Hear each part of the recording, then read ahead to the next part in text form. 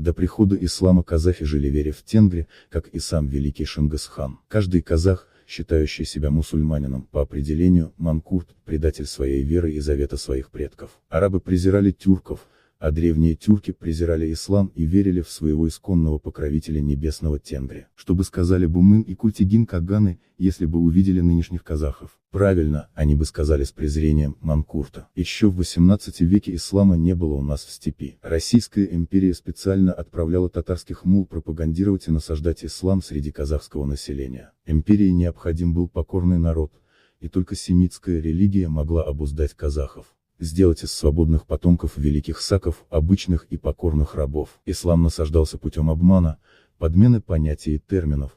Казахам твердили, что их вера в Тенгри не что иное, как ислам, но в неправильной его интерпретации. Что сейчас могут предложить миру мусульманские страны? Ничего, абсолютно. Ислам — это религия арабов, придуманная евреем. Все они братья-семиты. Эта религия придумана для того, чтобы контролировать население. Для чего вы изучаете арабский язык?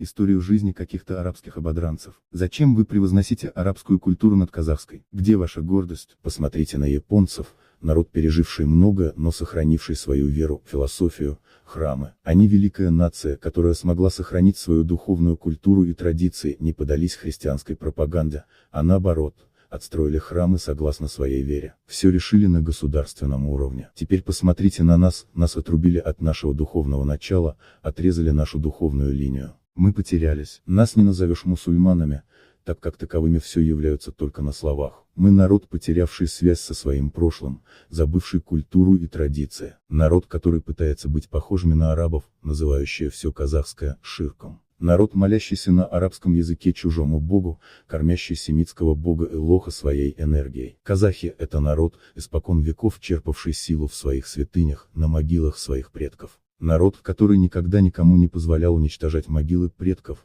почитавший всегда аруаков своего рода. Людей, это понимающих, с каждым днем становится больше, но этого недостаточно. Вопрос культурного и духовного возрождения должен решаться на государственном уровне. Но правда в том, что даже нашему государству нужны покорные рабы, а не свободные казахи. Поэтому у нас строят мечети, которые пустуют. По состоянию на август 2022 года, в Казахстане 2716 мечетей. Неужели нам нечего строить? Неужели у нас в достатке детские сады, школы, больницы, спортивные клубы? Почему мы не вкладываем деньги в образование и здравоохранение? Зачем нам бесполезные мечети, которые, чтобы оставаться на плаву, уже превратились в харчевни, где дают поминальные обеды? Пока не вернемся к своим корням, мы не вернем своего величия. Просыпайтесь, казахи!